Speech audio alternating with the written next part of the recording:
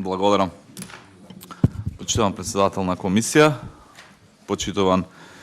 министр за внатрешни, почитуван директор на Центар за управување со кризи, почитувани колеги пратеници. Се надевам дека пред се колегите од власта и почитуваните представници на владата ќе имаат во предвид дека и ова, како впрочем и предходните продолжувања на кризните состојби, се поддржани и овозможени од опозицијата. И мислам дека се помалку ќе слушаме оправдувања од аспект дека опозицијата ја блокирала работата на Собранието на Република Македонија, а повеќе ќе слушаме конструктивни, издржани предлози преку кои заеднички можеме да помогнеме во подобро справување со оваа пандемија. Ја нема да зборам дали е добро сме се справиле како држава или не, впрочем тоа го чувствуваат граѓаните, го искажуваат, а тоа може и да се заклучи од сите оние параметри кои што на глобално ниво се водат како статистички бројки, а и сега конкретно од процентот на вакцинирани и како и се што прави оваа влада ќе тргне некаде, меѓутоа без компас и без визија, под некаков притисок ќе се повлече и повторно немаме стратегија за посериозна вакцинација на населението од аспект на зголемување на тој процент, затоа што, впрочем, сите релевантни меѓународни институции укажуваат дека вакцинацијата сега за сега е единствен каков таков механизам за намалување на ширењето на ковид пандемијата. Втора работа е, веќе имам, можеби порано имав чувство, сега сум више убеден дека за жал оваа влада кризите ги користи како параван за зацкривање од својата неспособност во работењето, затоа што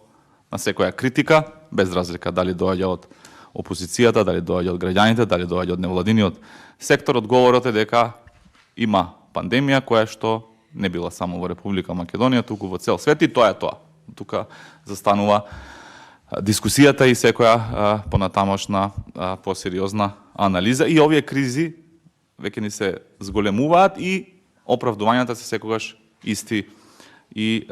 несуштински. Јас сакам само да потенцирам дека нас не гази времето.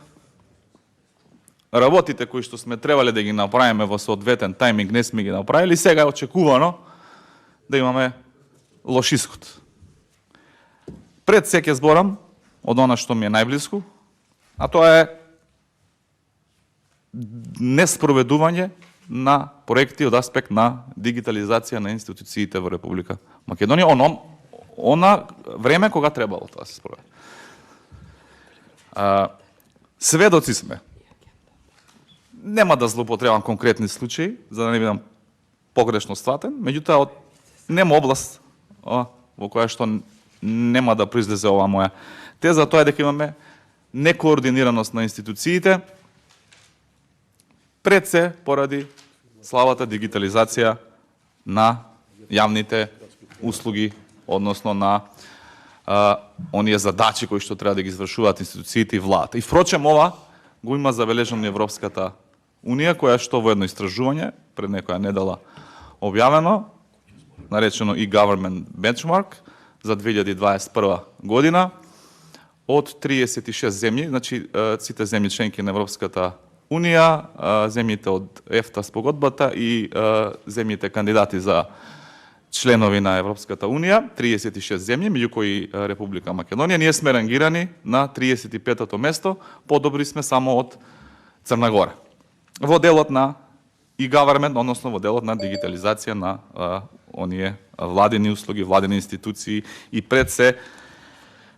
координираноста помеѓу институциите. Затоа нас ни се случува да имаме неколку институции надлежни за гранична контрола, а на крајот да немаме поима како држава кој влегува и кој излегува од Република Македонија. Ако ги следиме примерите на европските држави, па и на некои наши соседни држави, имаше добри системи со кои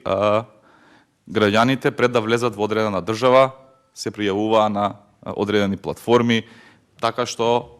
генерално државата имаше увид на она кој влегува во државата, од каде доаѓа и сите оние анализи на ризици кои што во позадина може да се направат пред одреден граѓанин да влезе во конкретната држава. Имам чувство дека за нас е тоа некоја далечно недостижна задача, а е многу едноставна и справедлива и доколку сме си ги завршиле домашните задачи изминатите години,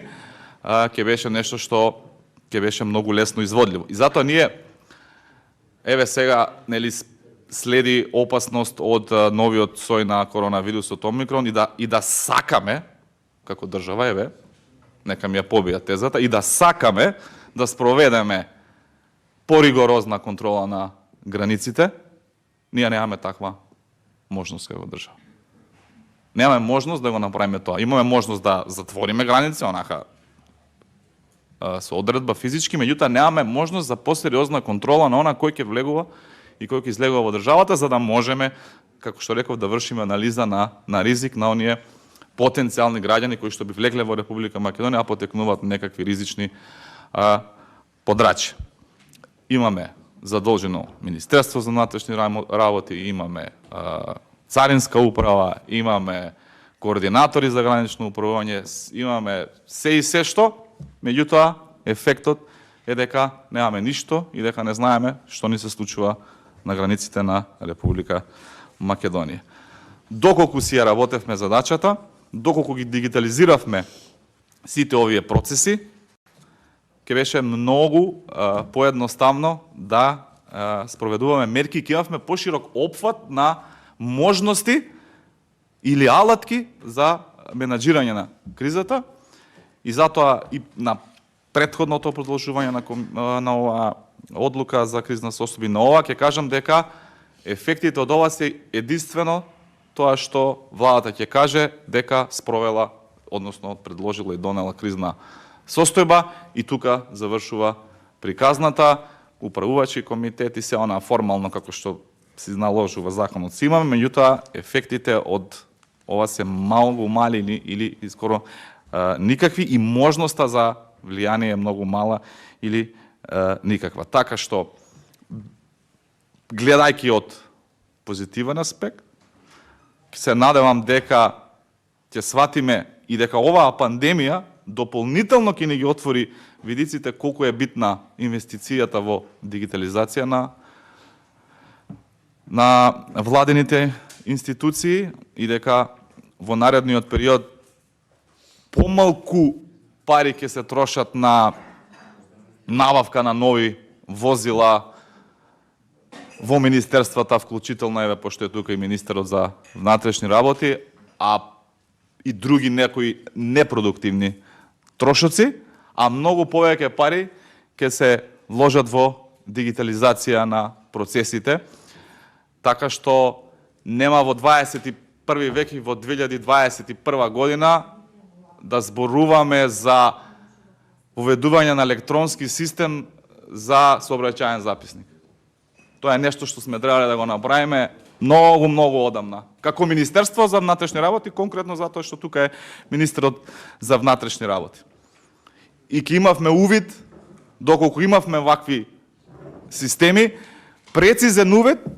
кој автобус, со која регистрација, кои патници, кој возило е напуштило државата и кои патници, која регистрација и кој возило влегло во државата, а не да сме сведоци на играње пинг-понг помеѓу министерствата и соодветните институции. Така да, во позитивна насока, мислам дека дигитализацијата, која што ни доцни, е нешто што мора да се даде акцент во наредниот период и институциите да се мотивираат или да ми се наложува да вршат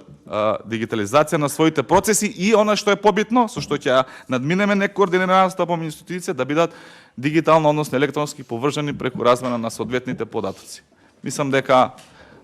таму е не е иднината, тоа е више излитана форма, таму е сегашноста, но за нас тоа е иднина. Благодарам. Благодарам. Дали некој друг бара збор? Зборува пратеникот Ковачки, Повалечки. Благодарам. Почитувам председател.